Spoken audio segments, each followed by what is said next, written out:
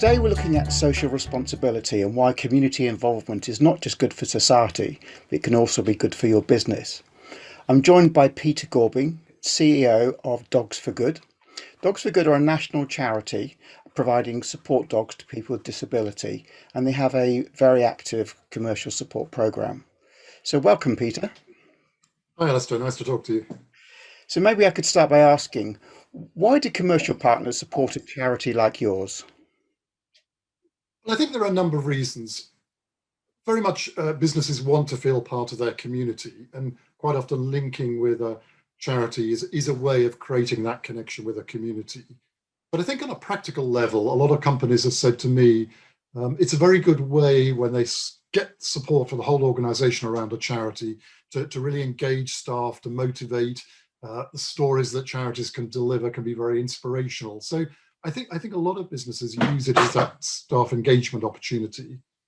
And then I think finally, I think it allows businesses to be seen to by their customers to be in the community, to be kind of ethical, to be caring about what's happening in the community, and that's important because businesses and people running businesses do feel that in their heart, and this is an expression of the way they can say that.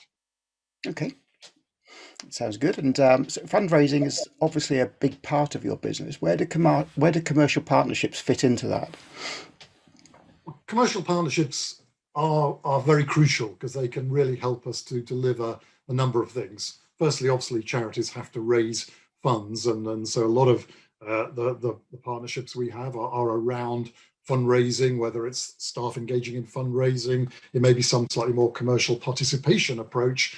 But it is very important to help charities to raise the funds they need, but also getting messages across is a way that we can often work very closely with businesses. And the businesses we work with, sometimes the kind of community of interest, in a sense, is geographical. They're close to where we're based, but quite often they are that community of interest that's around a shared belief in something. And you and I have had a history in the past of working around animal welfare, and we both passionately in the organizations we've been part of believe that. And so coming together can often be a really good way for us to promote a message in a variety of different sectors. Okay, thank you.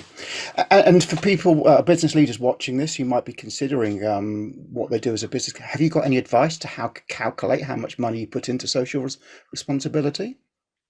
Yeah, I think it's very difficult to put an absolute figure on it. And I'm not sure necessarily that would even be my starting point. I think it's about building a commitment Mm.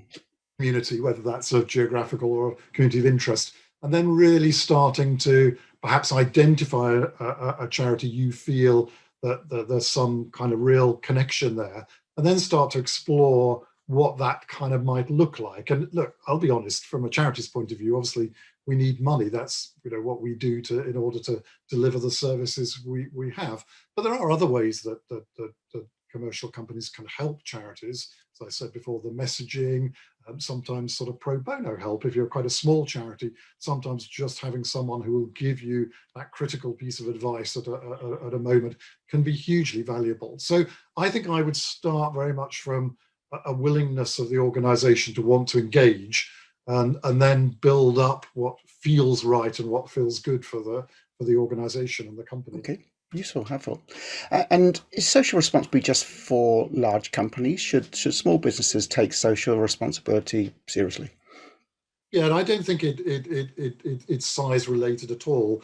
I think maybe you have different approaches. As I said, that for some of the bigger companies, then quite often staff engagement is a really important part, but that's going to be different for a very small organization.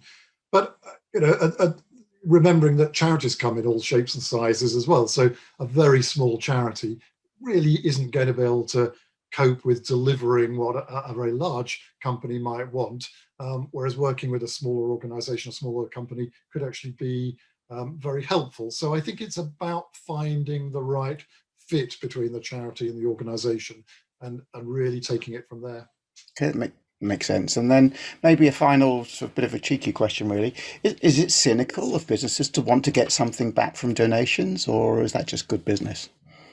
No, I don't think it's cynical at all. And I think in reality, good partnerships will always work for both parties. So that's what makes them more sustainable. I mean, my organization, Dogs for Good, we've had some fantastic corporate partnerships for many, many years. And that wouldn't have happened if we both didn't feel that it was working for us in some ways, probably slightly different kind of ways. But no, I think that that's fine. We're trying to create thriving businesses. We're trying to create thriving charities, and we kind of need to work together to achieve that. And I don't think it's cynical at all. And the only caveat I would put really is I do think that it's important that companies really take a bit of time in the early stages of developing the relationship to listen to the charity, to understand there are quite a lot of limitations on charities. We're incredibly highly regulated, far more than a lot of businesses would ever realize. So there are kind of limitations to things that we can do,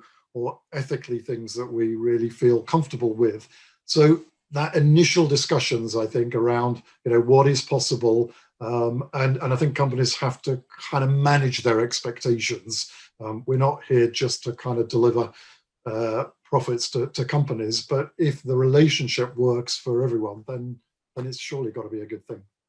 Great. Okay. Well, thank you for answering those questions. So, again, thank you to Peter Gorbing for talking to me today, and to everybody watching this.